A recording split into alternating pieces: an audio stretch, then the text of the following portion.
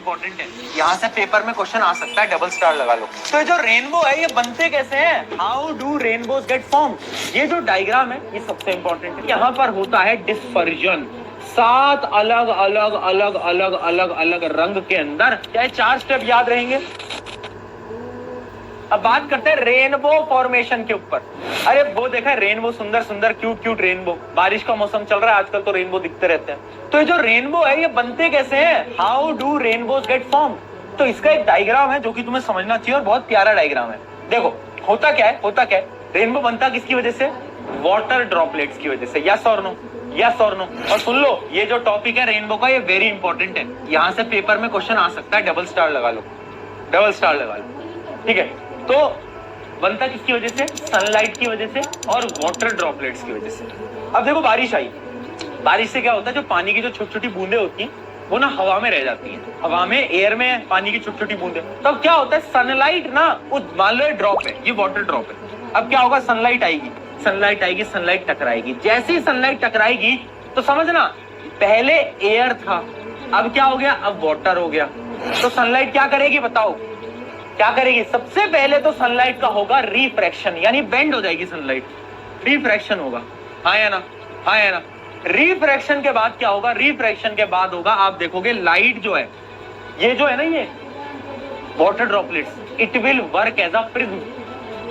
वो पानी की जो लाइट आ रही है सनलाइट, ये क्या है, व्हाइट लाइट है, ये व्हाइट लाइट के असली रंग दिखाएगी। यानी यहां पर होता है डिस्पर्जन, 7 अलग अलग अलग अलग अलग अलग रंग के अंदर बढ़ जाती है आपकी सनलाइट, ड्रॉपलेट के अंदर ही। ठीक है, तो फिर उसके बाद क्या हुआ, डिस्पर्जन हुआ। फिर उसके बाद ये ड्रॉपलेट टकराएगी आपकी वाटर ड्रॉपलेट के एक एंड से।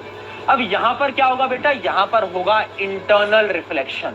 क्यों होगा, ऑब्वियस सी बात है, टकराएगी और बाउंस बैक करेगी।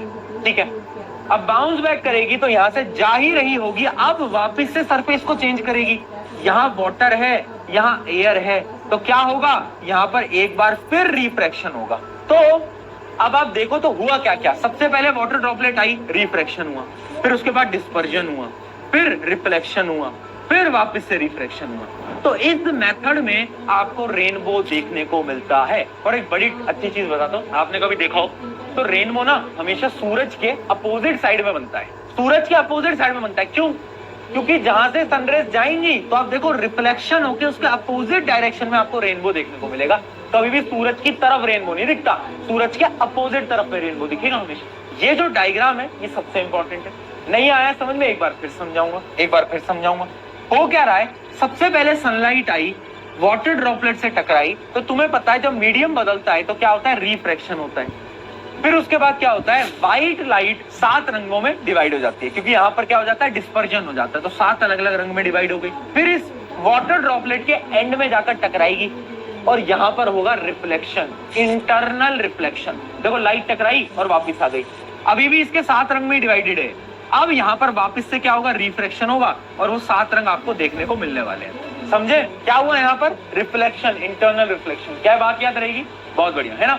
तो अब ये डायग्राम इंपॉर्टेंट है। पहली बात तो इस डायग्राम को बनाने के लिए बार बार सवाल आता है कि how rainbow is form, draw diagram. तो सिंपल सा डायग्राम बनाना रहता है। अब सुनो होता कैसे कैसे, थ्योरी समझ लो। A rainbow is a natural spectrum that appears in sky following a rain shower. जब बारिश होती है उसके बाद होता है, resulting from a dispersion of sunlight by water droplet in atmosphere. यानी रीजन क्या है इसका, जो वाटर ड्रॉपलेट है ये प्रिज्म की तरह बिहेव करता है और ये क्या करता है, डिवाइड कर देता है 7 रंगों में, यानी डिस्पर्जन कर देता है। बहुत बढ़िया, ठीक है। These water droplets function like a tiny prism। किसकी तरह काम करते हैं, प्रिज्म की तरह। ठीक है, सबसे पहले क्या होता है, रिफ्रैक्शन होता है, यानी बेंडिंग होती है लाइट की। फिर होता है स्प्रेडिंग आउट ऑफ लाइट, यानी डिस्पर्जन होता है। फिर क्या होता है, फिर होता है रिफ्लेक्शन, या फिर मैं बोलूंगा इंटरनल रिफ्लेक्शन। ठीक है, इंटरनल रिफ्लेक्शन। तो अगर आपको याद करना है, ऐसे याद करना, सबसे पहले बेंडिंग ऑफ लाइट, फिर डिस्पर्जन, फिर रिफ्लेक्शन, और हाँ लास्ट में एक बार फिर रिफ्लेक्शन वापस से होता है। ठीक है, क्या 4 स्टेप याद रहेंगे, क्या 4 स्टेप याद रहेंगे, बताओ जल्दी चार्ट के अंदर। और यहां देखो, a rainbow is always seen in the part of the sky that lies opposite to the position of the sun। क्यों? क्यों? क्योंकि सनलाइट आएंगी, उसके बाद ड्रॉपलेट से टकराएंगी और यहां पर रिफ्लेक्शन होगा और दूसरी तरफ आपको रेनबो दिखाने को मिलने वाला है।